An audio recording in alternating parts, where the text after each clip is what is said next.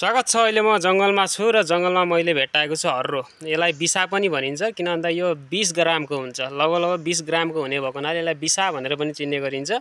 Harrow Nepali समाजमा पहिलेदेखि नै प्रयोग हुँदै आएको एउटा आयुर्वेदिक औषधि हो। प्लस यो स्पेशली पहाडी एरियामा पनि एकदमै फेमस छ। यो अमृत समान मानिन्छ र विशेष गरेर आयुर्वेदले चाहिँ यसलाई हरितकी भनिन्छ आयुर्वेदको भाषामा। अर्को भाषामा यसलाई 1 नम्बर औषधिको कोटीमा राखेको छ। भनेको मतलब अमला, हर्रो, बर्रो यो तीनवटा औषधिलाई चाहिँ अमृत समान मानेको छ। त्रिफला भनिन्छ। हर्रो, बर्रो, अमलाको धुलो मिलाएर 1 चम्चा डेली खान सकियो भने तपाईको वात, पित्त, कफसँग सम्बन्धित सम्पूर्ण रोगहरू निको हुन्छ। यानी कि तपाईको शरीरमा रोग उत्पन्न गर्ने मुख्य 3 कारण हुन्छन्। 3वटा दोषको कारणले रोग उत्पन्न हुन्छ, वात, पित्त, कफ, जसको कारणले पीडा हुन्छ तपाईलाई। त्यो 3टै चिजको यसले समन गर्ने काम गर्छ र स्वस्थ व्यक्तिले यो चाहिँ एउटा दिनको एउटा आरामले खान सकिन्छ। यसलाई काँचै पनि चबाएर पानीसँग खान पनि सकिन्छ। यसलाई पकाएर पनि खान सकिन्छ। यसको चिया जस्तो बनाएर पनि खान सकिन्छ भने यसलाई सुकाएर धुलो बनाएर अन्य जडीबुटीसँग यसको धुलो मिसाएर पनि खान सकिन्छ। जसरी खाए पनि यसले तपाईको शरीरलाई, हेल्थलाई एकदमै बेनिफिट्स गर्छ, एकदमै लाभ पुर्याउँछ। विशेष गरेर पेटसँग सम्बन्धित रोगहरूको लागि त यो रामबाण हो नै।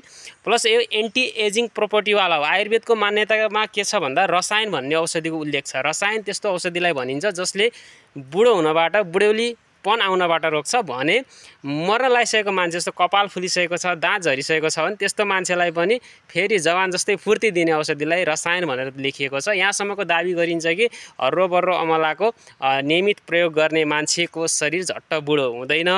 ऊ सधैँ नौजवान रहन्छ, स्वस्थ रहन्छ, उसमा स्फूर्ति बनिरहन्छ, उसमा रोग आउँदैन भनेर आयुर्वेदले ठाउँ-ठाउँमा यसको गुणगान गाएको छ। यसको चाहिँ ऋषिमुनिहरूले ठुलो गुणगान गाएका छन्। प्राचीन ऋषिमुनिहरूले हर्रो यानी हरितकीको। यसलाई हामीले चाहिँ अहिले सङ्कलन गर्न सक्छौँ। अब यो कार्तिक महिना भयो, कार्तिक महिनामा नै भेटिन सुरु भएको छ। कहीँ मङ्सिर महिनामा पनि जङ्गल उदी चाहिँ यो ठुलो बुटो हुन्छ हर्रोको चाहिँ मुनि यो खसेको हुन्छ। पहेँलो पहेँलो कलरको हामीले देख्न सक्छौँ पाकेपछि। र यो खाएर एकछिनपछि पानी खाँदाखेरि मुख गुलियो हुन्छ। प्रायः जसो जडीबुटीहरू जुन खाँदाखेरि अलिअलि तितो तितो टरो टरो भयो भने खाइसकेपछि मुख गुलियो भएर आउँछ। त्यो जडीबुटीमा रसायन हुन्छ। त्यो जडीबुटीले हाम्रो शरीरलाई चाहिँ बुढ्यौलीपन आउनबाट रोक्ने र रोग, त्रिदोष, कफ, पित्त, वात सबैसँग सम्बन्धित रोगहरूबाट बचाउने हुन्छ। रोग लागेपछि औषधि गर्नुभन्दा रोग लाग्न नदिनु बेस हो र यसले हामीलाई रोग लाग्नबाट बचाउँछ। यानी कि हामी रोगमुक्त रहन सक्छौँ यदि यसको सेवन गऱ्यौँ भने। र हामीले यसलाई दैनिक सेवन गर्न सक्छौँ। हालाकि एकदमै जटिल खालको टिबी रोग भएको र एकदमै रोगले थलिएर कमजोर भएको मान्छेलाई चाहिँ यो प्रयोग नगर्न सल्लाह दिइन्छ। किन भन्दा यसले हाम्रो शरीरको पेटलाई सफा गर्छ, मल बाहिर निकाल्ने काम गर्छ, पेट एकदमै स्वच्छ राख्छ।